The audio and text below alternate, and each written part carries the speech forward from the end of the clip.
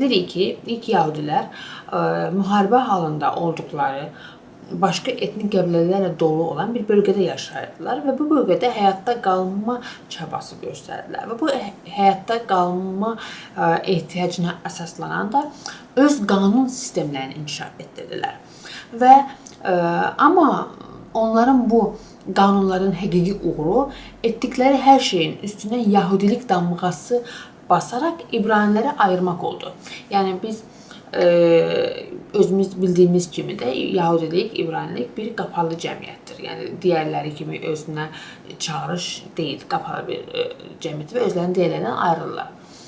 Və bu həssaslığın bir ünsürü də cinsel davranışları məhdudiyyət qoymağa diqqət göstərməkdir cinsel davranışlarına.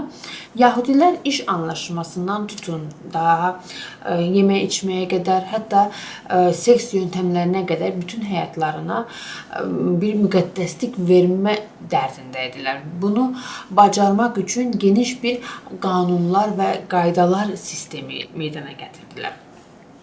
İbrani krallıqları qısa ömürlü olduqları kimi digər, məsələn, bilirik biz o möhtəşəm Antik Pers və olsun Akdeniz imperatorluqları ilə müqayisədə o qədər də əhəmiyyətli deyildilər. Yəni əhəmiyyətsiz idilər onlarla müqayisədə.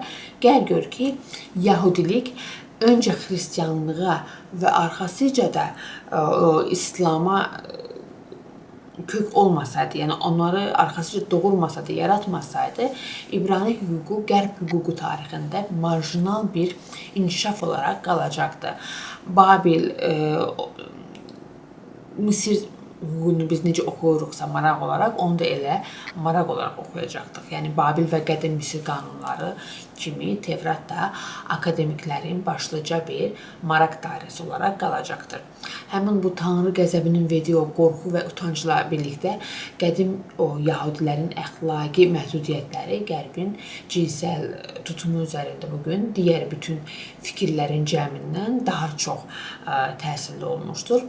Və Tanrının Musaya kəlmə-kəlmə diktə etdiyi sayılan, düşünülən o qanunlar üzərindən baxılır, araşdırılır.